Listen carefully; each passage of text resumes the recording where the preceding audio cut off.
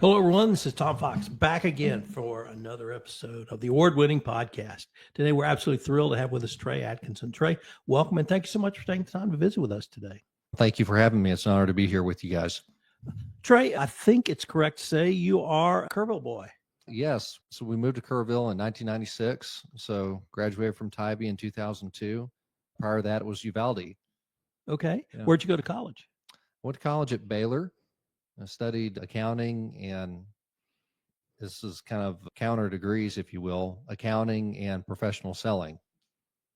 So two very different groups of people in that part of the business school. Yeah, but the thing about it is when you can get an accountant who can sell, that's something.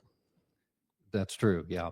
It's a unique combination. I've met in my other life of working in legal and regulatory compliance, I've met a few accountants on podcasts, and the guys who can actually speak, they're really good, and they really stand out because of that in that world. Yeah, being a good communicator and being persuasive with that specialized knowledge are good tools to have. Yeah. So could you tell us about your professional career after graduation? Certainly. So when I graduated from Baylor in 2006, I graduated in December. I did a half victory lap to get that professional selling program under my belt. And that summer, I started working for an airplane broker called Premier Jet Aviation. And so I started selling airplanes for them that summer before I graduated. And then I worked with them from, let's call that the summer of 2006, July of 2006, till about August of 2011. And in August of 2011, I came back here and began working at the dealership as an inventory manager at Cecil Atkission Motors here in Kerrville. And tell us about your kind of professional path at the dealership. So I started out as the inventory manager, really trying to learn about pre-owned cars, what the values were, understand the reconditioning and the marketing process there. And then from that role, I became a sales manager for our new car department. So I was in charge of our new Chevrolet, Buick, and Cadillac sales at that time. And I worked in that role till about 2015 when I became in the dealership, so it's called the general sales manager, where you're responsible for new and used vehicle sales. And I did that from about 2015 to 2019. Then I became the general manager of the store in March of 2019.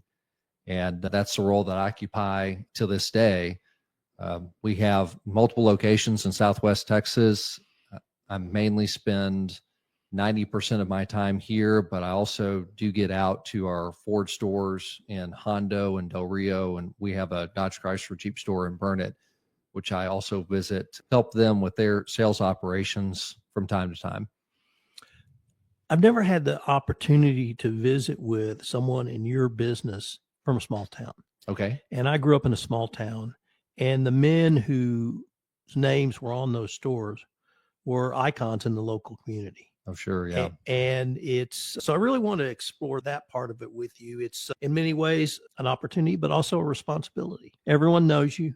Everyone knows who you are. Everyone knows your cars. A lot of people, because you've been with them through one or more multiple large purchases. Can you talk about what it's like to be in business and private business, yet have this sort of public facing responsibility in a small town?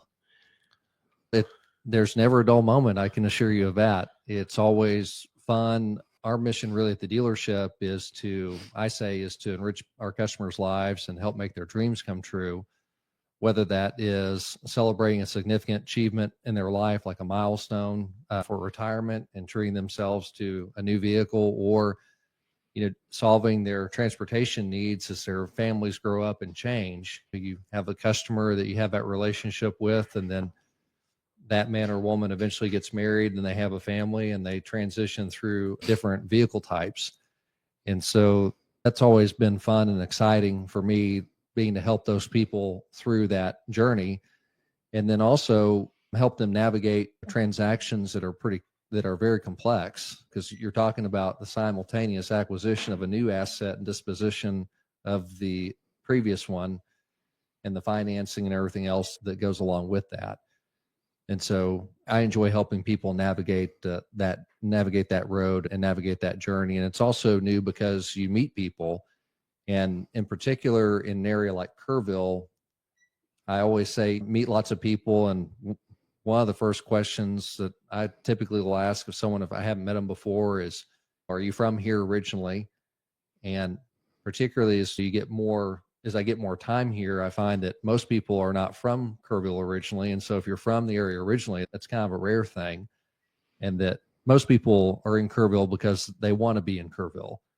And so you get to know and experience the community in different ways, I think, than I have in other opportunities where I've worked.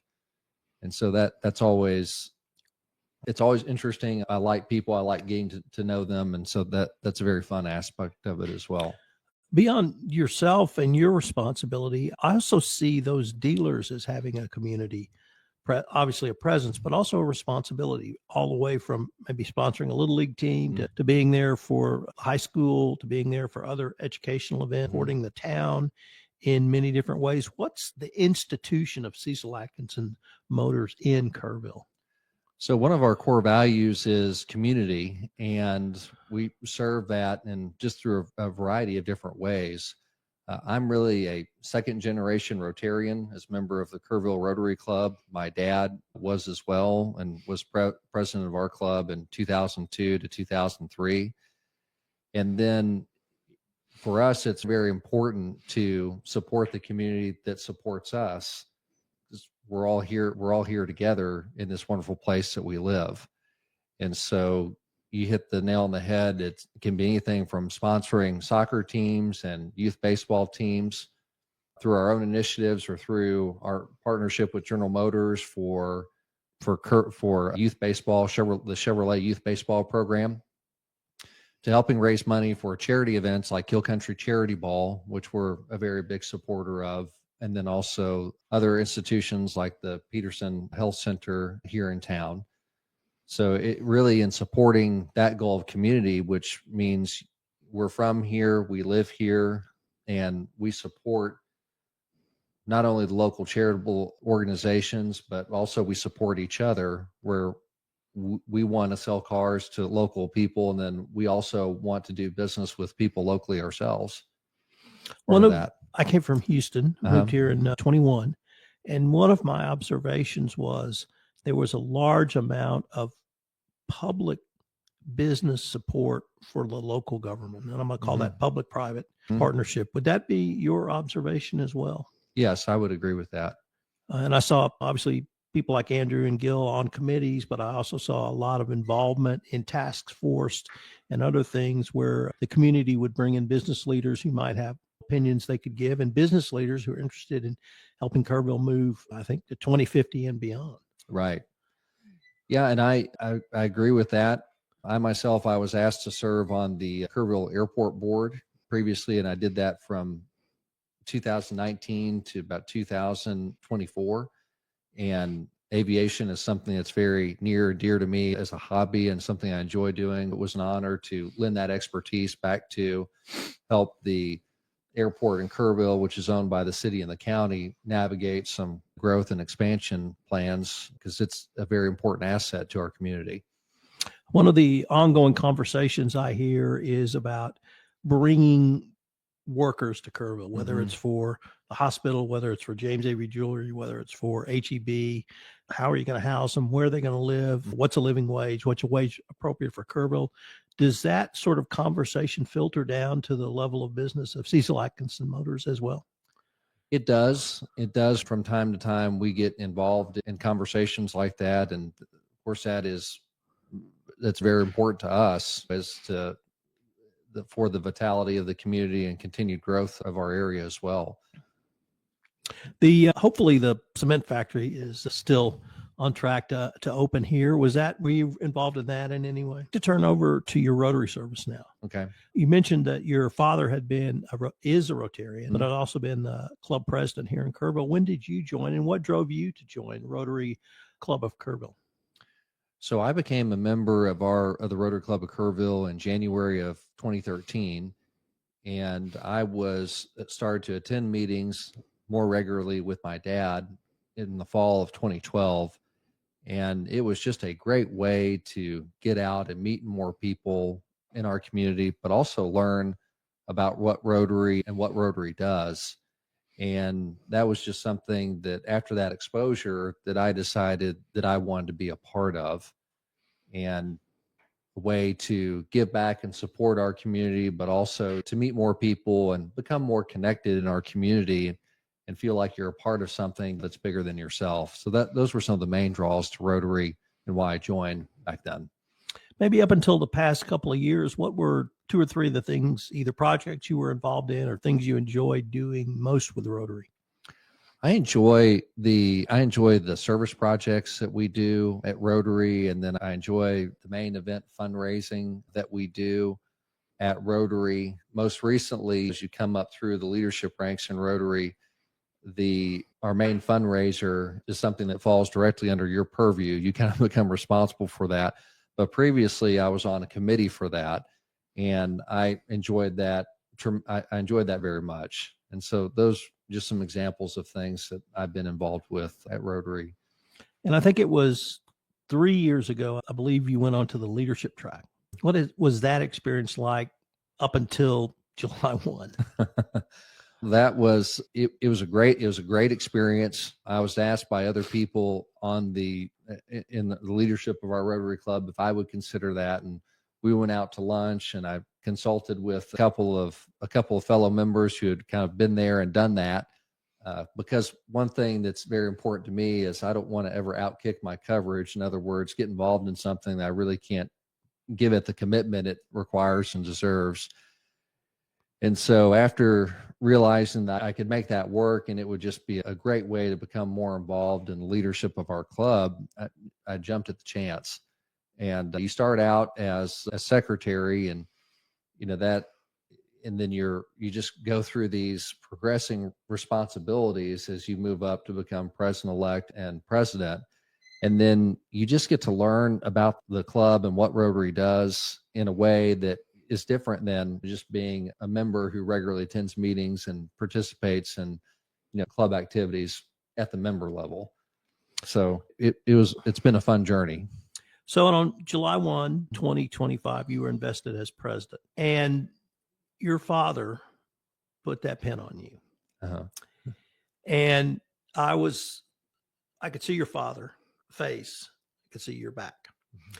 And then you guys had a long hug. Yeah. And what I couldn't tell from that hug, because I couldn't see your face, was he more proud of you for becoming president, or were you more proud because you had stepped up to do something that he had accomplished and now you were the next generation? Oh, my dad is my best friend, and I'm very proud to be his son. So for me, it was very fulfilling to step into that role and really continue on his legacy of service and following in his footsteps of serving the community through our Rotary Club. Yeah, it was very fantastic, very fulfilling moment to have him there and be a part of that. I could see the pride in his eyes. Like I said, I couldn't see your face. So July 1 and July 4 hits. Oh, man. And because of the position you were in as president of the Rotary Club, I think many people look to you for not answers perhaps, but at least how can we start to help our members, our community, and all of those who might need us. I can't imagine anyone was prepared for that, and certainly not 3 days into your presidency. Were there people in Rotary you could reach out to start to get some ideas to give to the community? What was that process like for you? At Rotary, you have, in addition to the other people who are on your leadership team, you've got a board of directors, and these people that we have on our board of directors in the Rotary Club of Kerrville, they're leaders in our community, and they're fantastic people to work with. And a lot of them have experience, and we're talking about vast reservoirs of experience, not only in local government and business, but in some cases, disaster response. We have one of our board members, she's not on our board technically, but Christy Vandenberg worked with the American Red Cross for years. And she was just a fantastic resource to her, along with other board members, were just a fantastic resource to reach out to and then consult with as we began navigating the terrible tragedy that befell our community on July 4th weekend. And I think the big question we all had was, and I think on everybody's mind was, how can we help? How can we help with whether that be the rescue and then longer term, the recovery that is going to take place in our community is in the coming months and coming years, and what's the best resource. And I had reached out to our other board members about how we might do that. And then also, of course, after checking in to make sure everybody was okay, and then participating and watching the local news and press conferences that were held by Mayor Herring and our other city officials to find out, okay, what is the need? How can we help out right now in the short term? And then I think that's something that we're continuing to figure out day by day. It seems like it's still a very fluid situation, even today, where the needs for today and then are evolving, and then also focusing on the long term for the recovery. I would say our Rotary community is it's so close knit, and I don't think that you can fully appreciate that until you've been where we've been since July 4th, and the outreach from other Rotary clubs near and abroad. I've talked to our neighboring Rotary clubs in Fredericksburg, all the way to clubs in Washington State and Brazil and even Italy have reached out and have sent resources to help our community recover from this event.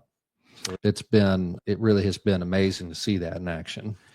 2025 is a huge anniversary for the Rotary Club of Kerrville. Could you say a few words about that anniversary and how we hope to celebrate it? Absolutely. So 2025, 2026 is our centennial year for the Rotary Club of Kerrville. And you think about that, just a fantastic 100 years of support and contribution to the Kerrville community and really to the worldwide initiatives at Rotary. It's very special.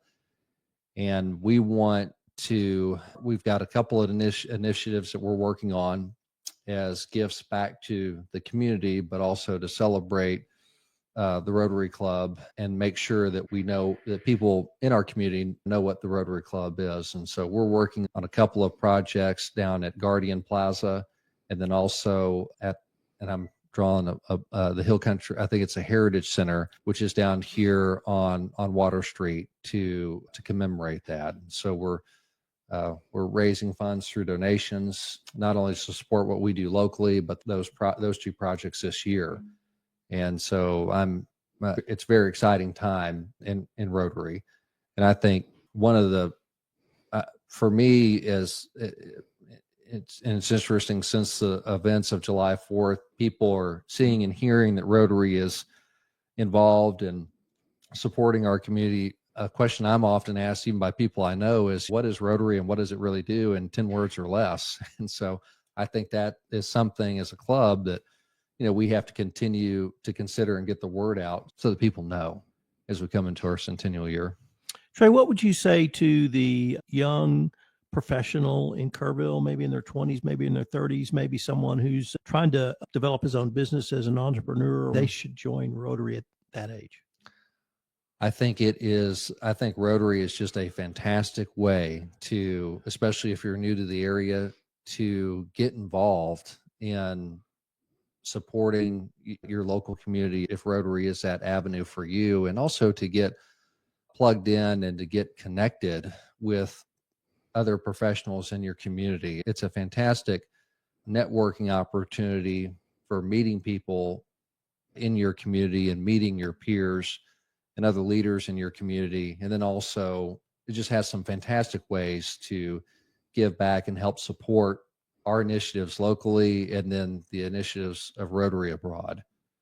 Trey, I wanted to thank you again for taking the time to visit with us, and I look forward to your guidance and leading us through not only these difficult times ahead, but also to our centennial. Thank you, Tom. It's been a pleasure to be here. Thank you for having me on.